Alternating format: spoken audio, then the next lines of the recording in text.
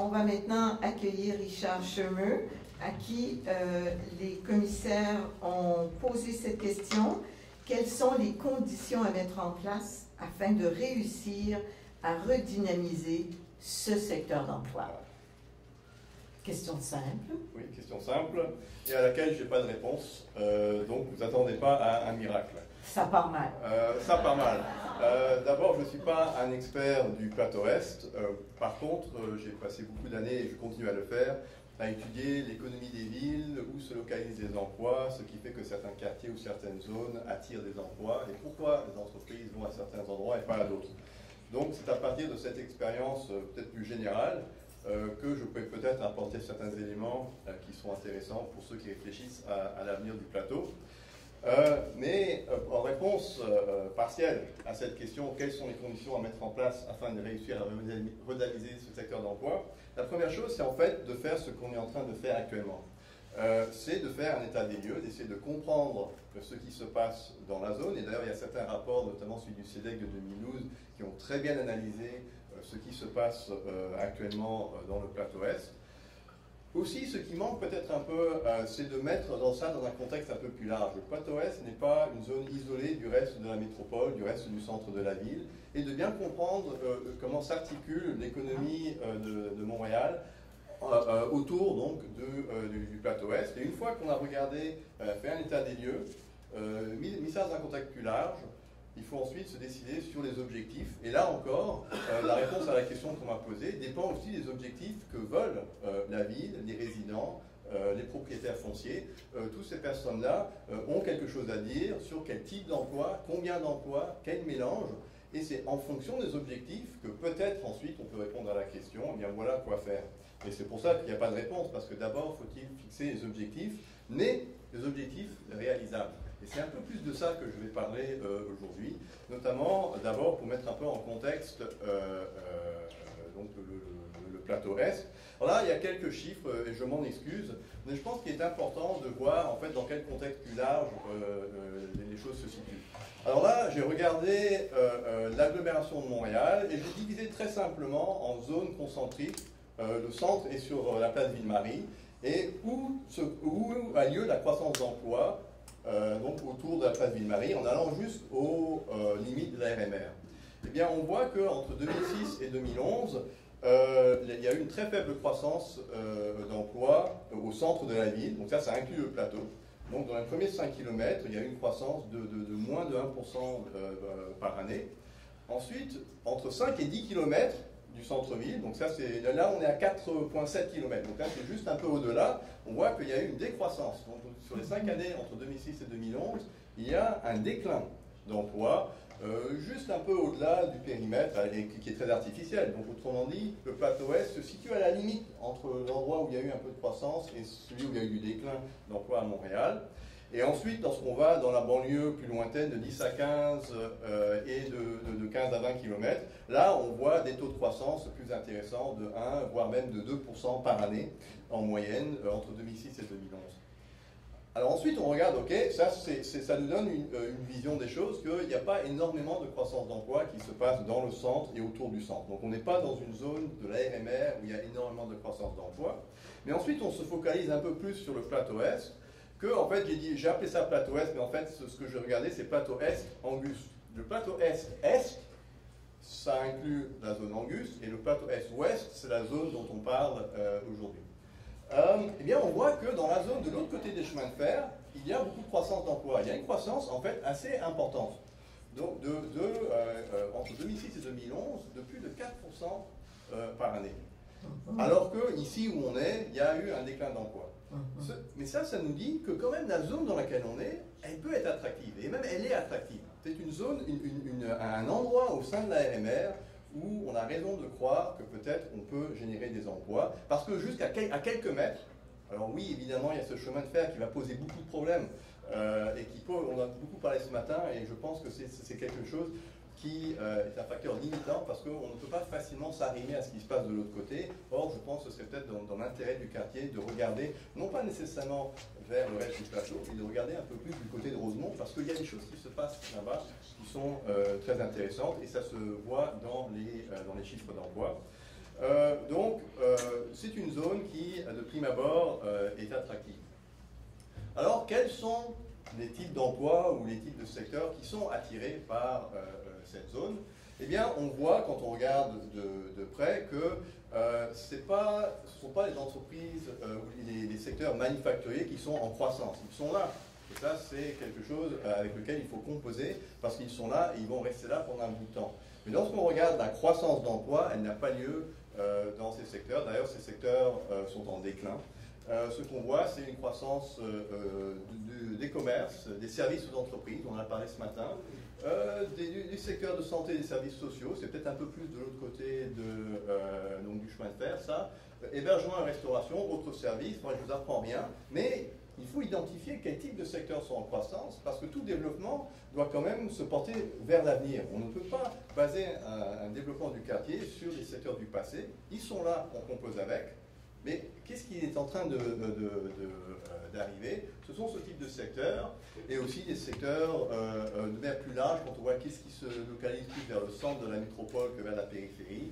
Eh bien, ce sont des emplois en culture et en information, en finance, art et spectacle.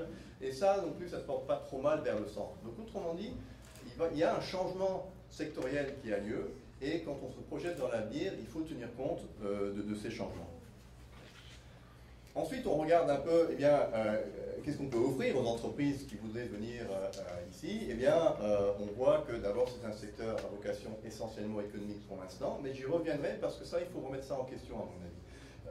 Il y a des grands bâtiments multi-usages, surtout un peu plus vers le nord. Il y a aussi beaucoup de bâtiments de type hangar ou usines, souvent avec des grands parkings autour. On voit ça un peu plus vers le sud. Il y a, et on va y revenir, l'enclavement par le chemin de fer vers l'est. Mais tout ça, ça fait qu'une des questions qu'on va poser aussi en filigrane, c'est eh qu'est-ce qu'on peut faire pour la sécurité dans le quartier? Eh bien, un des problèmes de ce type de quartier très industriel, très économique, c'est qu'à 17h, ça ferme. Donc, autrement dit, si on se promène à 17h, 18h, il n'y a personne dans la rue. Et d'ailleurs, on a évoqué beaucoup de pistes cyclables, mais les pistes cyclables qui traversent des zones vides, ce sont des pistes dangereuses. On l'a vu récemment à Longueuil. Donc, du coup, faites attention à des pistes cyclables qui passent par des zones où il n'y a personne. Donc là, il faut aussi réfléchir par où passent toutes ces pistes qu'on envisage. Alors, aussi, dans cette vision de mise en contexte, qu'est-ce qui se passe autour, dans les quartiers qui entourent le plateau Est? Eh bien, presque partout autour, on voit un processus de gentrification. On voit ça dans le reste du plateau, on voit ça à Villeray, dans certaines parties de Rosemont, on voit ça à Hochelaga. Et du coup, le plateau Est, en fait, se distingue par le fait que ce processus n'a pas vraiment encore commencé. Donc il y a peut-être quelque chose à faire. Et d'ailleurs, il y a un entrepreneur ce matin a soulevé une question très importante, qui était celui des bâtiments abordables.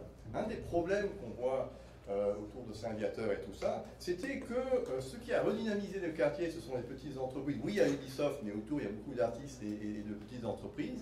Mais eux ne sont plus capables maintenant de vivre là. On a dû même créer un collectif spécial pour réserver quelques plateaux d'immeubles pour que ces gens-là puissent rester. Mais en fait, je suis allé parler à des artistes qui travaillent là. Ils disent oui, beaucoup de collègues s'en vont vers l'Est, viennent ici. Bon, pourquoi? Parce que les bâtiments sont plus abordables, parce qu'on peut avoir des bâtiments qui ne sont peut-être pas tellement bien finis, mais ou dans lesquels on peut expérimenter et faire des choses.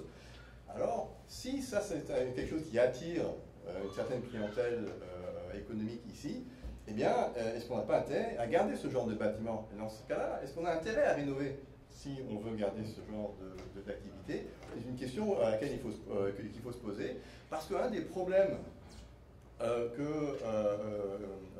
a, un des défis, c'est que si on veut rendre le quartier plus attractif, presque par définition, il va y avoir une hausse des loyers pour les entreprises et pour les personnes qui habitent là. Et c'est très difficile de l'éviter bon, je passerai ici, pour une raison très simple, c'est que le prix de l'immobilier, que ce soit d'entreprise ou d'habitation, dépendent de l'attractivité d'un quartier. Donc, si on rend le quartier attractif, par définition, les gens voudront payer plus cher pour venir là, et donc on va faire augmenter les prix des bâtiments. Et ça, c'est même si on ne fait que rénover et qu'on ne va pas dans le neuf. Si on va vers le neuf, c'est sûr que ça coûtera plus cher aussi. On voit ça du côté d'Angus. qu'il y a un différentiel de prix important, parce que là, c'est du neuf. Et donc, je ne dis pas qu'il ne faut pas revitaliser, absolument pas. Mais il faut réfléchir à comment le faire et peut-être se dire, eh bien finalement, il y aura des conséquences à la revitalisation qui ne sont pas nécessairement les conséquences que l'on recherche. Et du coup, là, je reviens en arrière. Est-ce qu'il y a des exemples donc de revitalisation de quartiers industriels? Certainement, il y en a. Mais beaucoup de ces exemples ne sont pas exactement ce qu'on cherche. Souvent, ce sont des revitalisations de très grande envergure où il y a une maîtrise foncière, où finalement, il y a, par exemple, Angus, on avait le contrôle d'un énorme terrain, on pouvait en faire quelque chose. Ici, ce sont des terrains morcelés, il faut négocier avec les propriétaires, on ne va pas pouvoir rentrer et faire ce qu'on veut, et de toute manière, ça se fera à long terme. Souvent, dans des projets, si on fait le tour de la littérature et on voit des projets, ben finalement, la revalorisation foncière, la hausse des loyers, c'est recherché, donc c'est vu comme une réussite. Est-ce que ce sera une réussite ici dans le plateau Est que les prix augmentent? C'est à vous de le décider, mais il faut avoir ça en tête. Une autre chose très importante, c'est que beaucoup des exemples que l'on voit ailleurs dans le monde et même ici, on voit de plus en plus un mélange d'habitation et d'activité économique. Et je pense que ça, c'est quelque chose qui est presque aussi inéluctable pour le plateau Est et, à mon avis, qu'il faut planifier. Pourquoi? Parce que les grandes emprises foncières des manufacturiers, ces entreprises sont sur la voie de disparition. Même si ça prendra une vingtaine d'années ou 30 ans pour qu'ils disparaissent, ce ne sont pas ces entreprises qui créent des nouveaux emplois. Les nouveaux emplois, au moins pas dans le centre. Ils créent des emplois ailleurs, mais on parle maintenant du centre de Montréal. Ce qui se passe, c'est que chaque emploi prend de moins en moins de pieds carrés. Alors, soit on veut avoir des bureaux isolés sur des énormes terrains, ou alors on commence à densifier et on commence à se dire comment est-ce qu'on fait pour avoir des emplois où des gens, et finalement on ne va pas pouvoir remplir tous ces terrains d'emploi parce que les emplois ne prennent pas autant de place.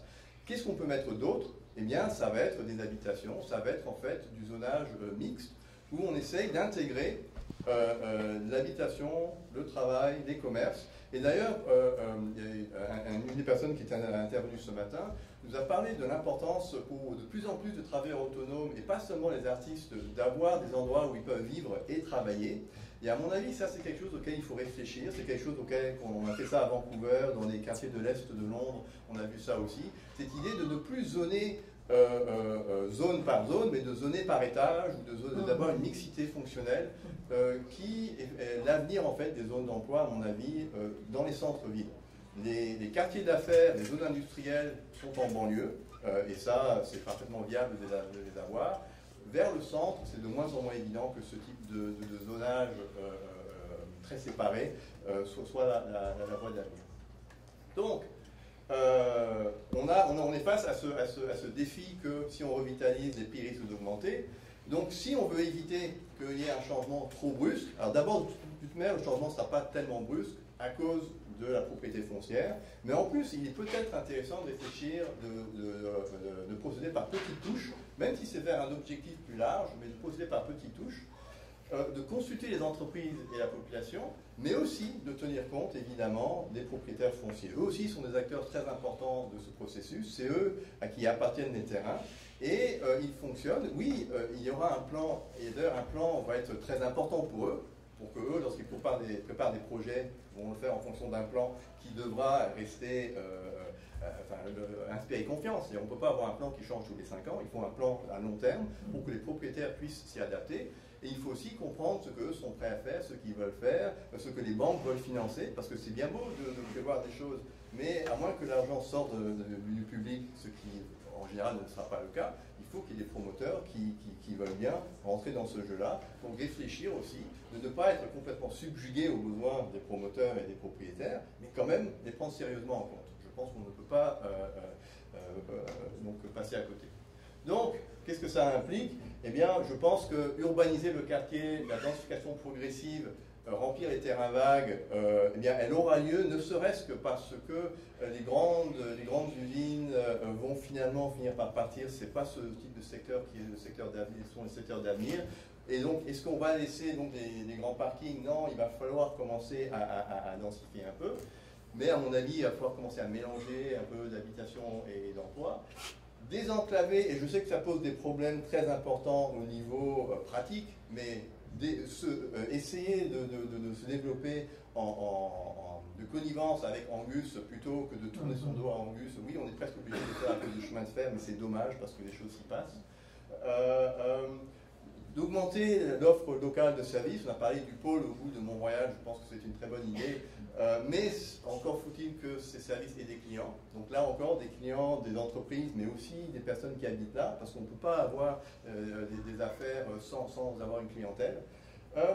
Réfléchir à la sécurité, là je ne parle pas de la sécurité des axes, oui il y a des problèmes de camionnage et tout ça et c'est très important, mais moi je parle plutôt d'avoir un quartier où on se sent en sécurité, où les hommes et les femmes peuvent se promener après 17h sans avoir peur de se faire agresser. Et je ne dis pas que c'est un quartier dangereux, mais lorsqu'il n'y a personne dans les rues, eh bien on se sent mal à l'aise. Comment faire qu'il y ait des gens dans la rue? Il y a là encore une densification progressive des services, des habitations peuvent faire que le quartier soit plus sécuritaire dans son ensemble.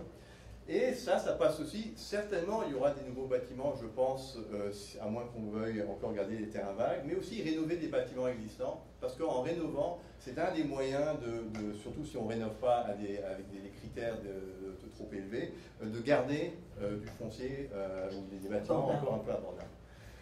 Bon, bref, pour en conclure, le Plateau Est est un quartier qui demeure attractif pour les entreprises, même si l'emploi très local est en déclin. On voit qu'il suffit de traverser les chemins de fer pour que des emplois s'y créent. Donc c'est un endroit à Montréal où il est intelligent de penser qu'on peut attirer des activités économiques.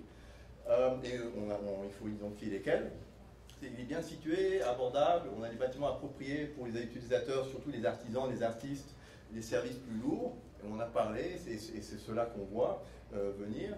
Mais par contre, il donne l'impression de désarticulation. Lorsqu'on s'y promène, c'est sûr qu'on voit des zones vides, des grands parkings, certains bâtiments apparemment peu entretenus. Donc ça, finalement, si on veut travailler sur le quartier, travailler là-dessus. Alors, il faut fixer les objectifs.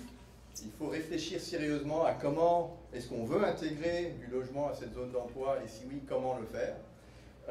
Et ensuite, si on veut intervenir sans qu'il y ait une hausse trop marquée des prix, bien là, il faut penser peut-être modestement. Rénover les bâtiments existants, avoir un zonage restrictif mais flexible. Quand je dis restrictif, c'est évidemment, on ne peut pas laisser tout aller, mais quand je dis flexible, c'est peut-être zoné verticalement et non pas seulement horizontalement. Permettre aux entrepreneurs de vivre et travailler chez eux. Enfin, c'est ce type de flexibilité, à mon avis, qu'il faut rechercher. Des enclavements, densification progressive, fermeture d'atteintes urbaines, c'est-à-dire construire le long des rues, ne pas avoir ces énormes espaces vides, avoir des services locaux, verdissement, on en a parlé, maintien d'accessibilité.